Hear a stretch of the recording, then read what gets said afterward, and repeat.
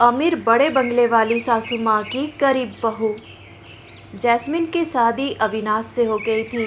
अविनाश एक अमीर घर का लड़का था और जैस्मिन एक गरीब घर की लड़की। इस शादी से बिल्कुल खुश नहीं थी अविनाश की माँ कामिनी। कामिनी चाहती थी जिस तरह उसकी दोनों बेटियों की शादी उसने बड़े अमीर खानदान में करा दी है, वैसे ही उसके घर में एक अमीर घर की बहू आ जाती तो बहुत अच्छा होता। पर यह सपना उसका पूरा ना हो पाया क्योंकि एक गरीब लड़की उसके घर की बहू बनकर आ गई। जैस्मिन तो बहुत ही ज़्यादा गरीब थी। उसके पिता एक छोटे से दुकानदार थे।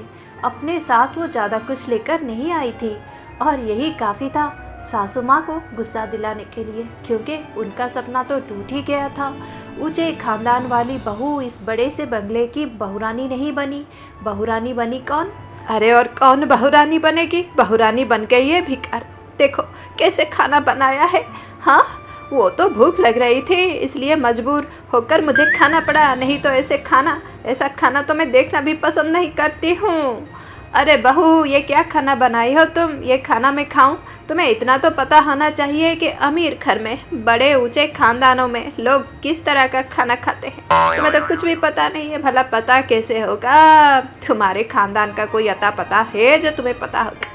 कुछ भी परोस देती हो, कुछ भी लाकर मेरे सामने रख देती हो। ऐसा नहीं चलेगा। मुझे लगता है तुम्हें तो कुकिंग कोर्स ज्वाइन करना पड़ेगा। पैसे खर्च होंगे, खर्च हो तो हो जाए, पर तुम्हें तो कुकिंग कोर्स ही ज्वाइन करना पड़ेगा। नहीं, इस तरह का खाना मैं नहीं खा सकती। बचपन से ही मैं 5 स्टार होटल का खाना खाकर पली बड़ी हूँ। मेरे घर में जो रसोइया था मेरे मायके में, वो तो 5 स्टार होटल में काम करता था। मेरे पिताजी उसे इतना सारा पैसे का लालच देकर घर में ले आए थे और नौकर बना दिया था। क्या खाना बनाता था मेरा रसोइया। छी, ये खाना तो मैं नहीं खा सकती, बिल्कुल ही नहीं खा सकती। मज़े से खाना सफाचट करने के बाद 20-25 रोटियां और पूरी की पूरी शाही पनीर खाने के बाद ये बोल रही थी सासू माँ। बहू तो देखकर ही हैरान थी, क्या और बोलती। वैसे भी अभी भी उनका प्लेट भरा हुआ ही था क्योंकि वो बार बार अपना प्लेट भर रही थी और बहुत प्रकार का खाना बना था। बहुत अच्छा खाना बना था क्योंकि जैस्मिन बहुत अच्छा खाना बनाती थी। कितना कुछ भी कर लूँ, कितने अच्छे से खाना बना लूँ, सासू माँ को तो पसंद ही नहीं आता है। सच बात तो यह है कि उन्हें मैं ही पसंद नहीं हूँ। मुझे अच्छे से पता है वो तो अमीर घर की लड़की को इस घर का बहू बनाना चाहते थे, पर आ गई मैं बहू बनकर। अब वो ऐसा व्यवहार नहीं करेंगी तो कैसा व्यवहार करेंगी? इतना सारा खाना ठूस ठूस कर खाने के बाद ऐसा बोल रही हैं। भगवान ही सब देख रहे हैं। क्या ही करूँ मैं, क्या ही करूँ? जैस्मिन बहुत ही ज़्यादा दुखी हो जाती थी, पर सासू माँ को कोई फर्क नहीं पड़ता था। वो हमेशा ऐसा ही करती थी, हमेशा अपने मायके वालों की बड़ाई करती और जैस्मिन के मायके वालों को नीचा करती। जैस्मिन चुप ही रहती ज़्यादातर समय। एक दिन, अरे बहू, कल मेरे मायके वाले आ रहे हैं।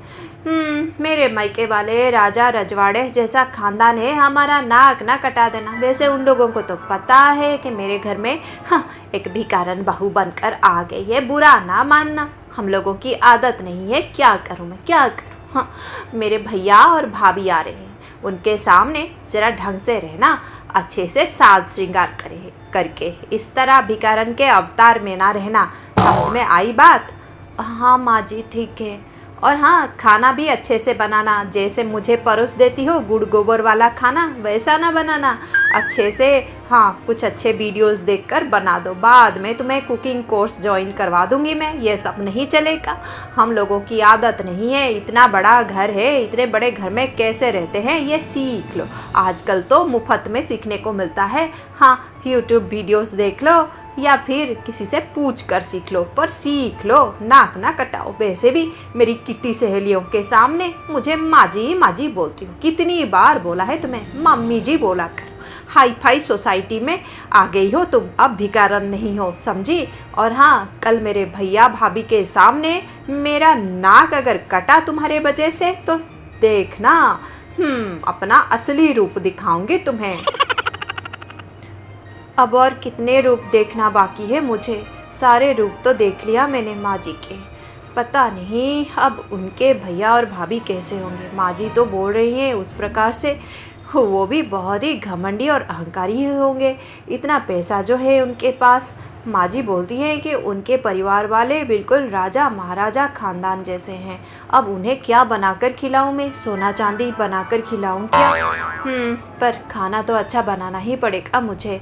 पर क्या फ़ायदा, जो भी खाना बनाऊं माँ जी तो 10 बातें मुझे सुनाएंगी। हे भगवान, मुझे तो बस डर लग रहा है कि कहीं माँ जी मतलब मम्मी जी उन लोगों के सामने, मेहमानों के सामने मेरी बेइज्जती ना कर दे, 10 बातें ना सुना दे। क्या सम्मान रह जाएगा फिर मेरा? बेचारी बहुत ही ज़्यादा परेशान थी। अगले दिन सुबह सुबह वो रसोई में गई और बहुत अच्छे से खाना बनाने लगी। फिर वो तैयार भी हो गई। उसके बाद रसोई में आई सासू माँ। खाना बन गया महारानी। वैसे खुशबू तो ठीक ठाक है, पता नहीं स्वाद कैसा होगा।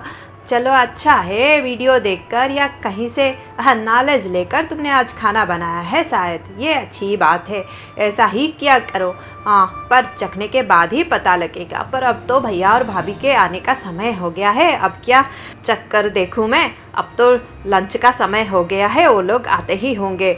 हाँ, पर देखो उनके सामने ढंग से रहना। कल तो तुम्हें इतना समझाया है, क्या करूं, इतनी मूर्ख हो तुम और भिखारी खानदान से आई हो, इसलिए तुम्हें बार बार समझाना पड़ता है कि इतने ऊंचे और इतने बड़े घर में कैसे रहना चाहिए। अमीर लोगों की ठाट बाट क्या होती है। और मेरे मायके वाले तो राजा महाराजाओं के जैसे हैं।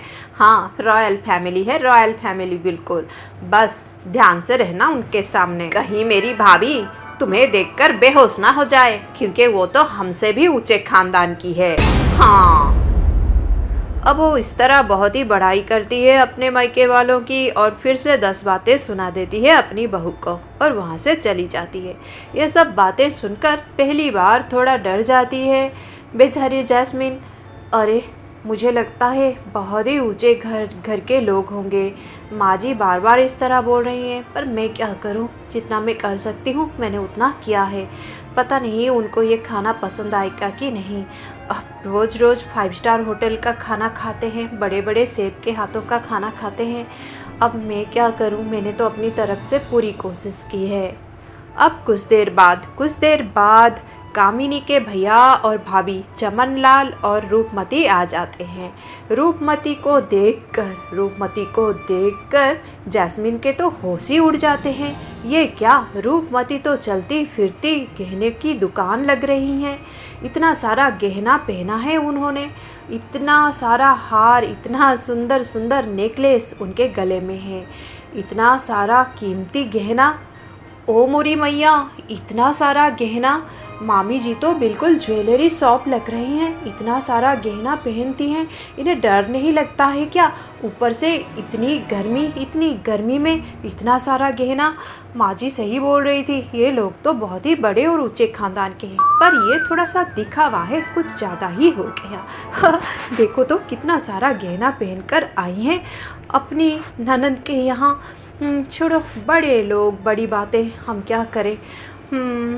देखो तो बहुत ही अजीब लग रहा है मुझे और डर भी लग रहा है। पता नहीं मेरे हाथों का खाना इन्हें पसंद आएगा कि नहीं।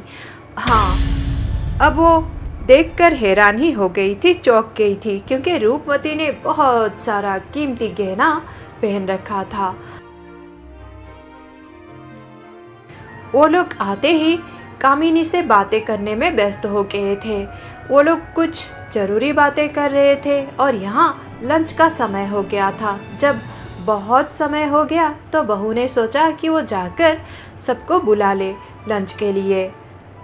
मुझे बुलाना चाहिए, बहुत देर हो गई है। फिर बहू कमरे की ओर गई। जब वो कमरे की ओर गई तो उसने देखा और सुना कि वो लोग कुछ बात को लेकर बहस कर रहे थे। तो बहू वहाँ पर ही चुपचाप खड़ी हो गई।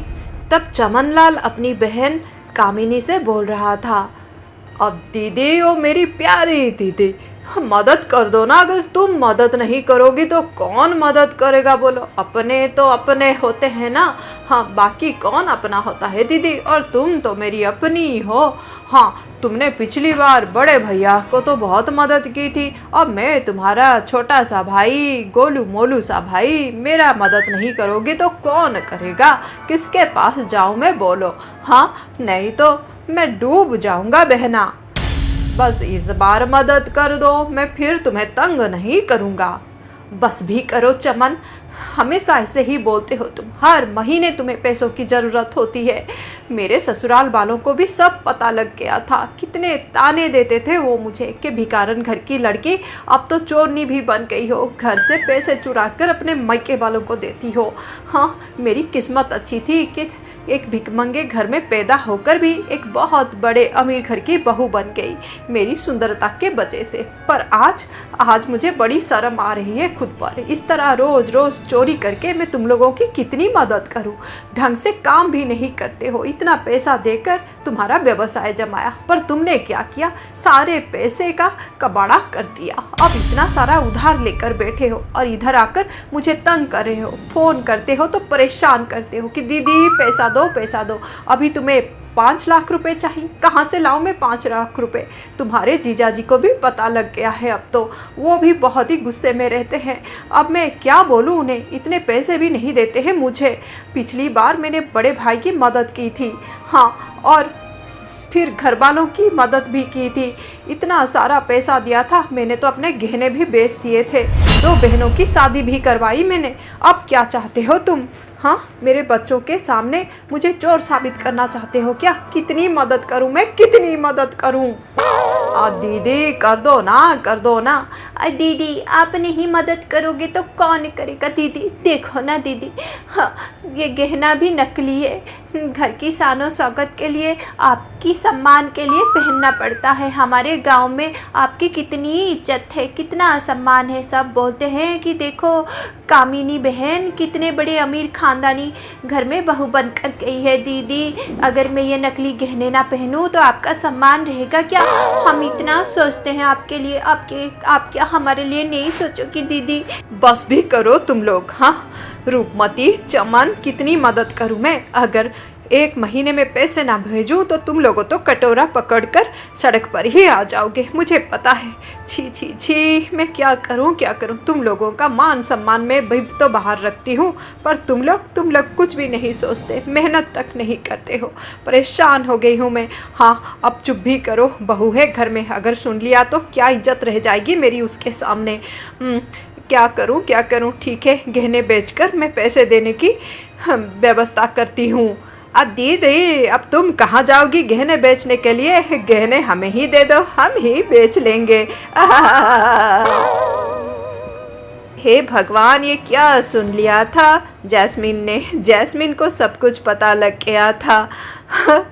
अरे ये तो भिखमंगे खानदान से हैं, राजा रजवाड़ा खानदान।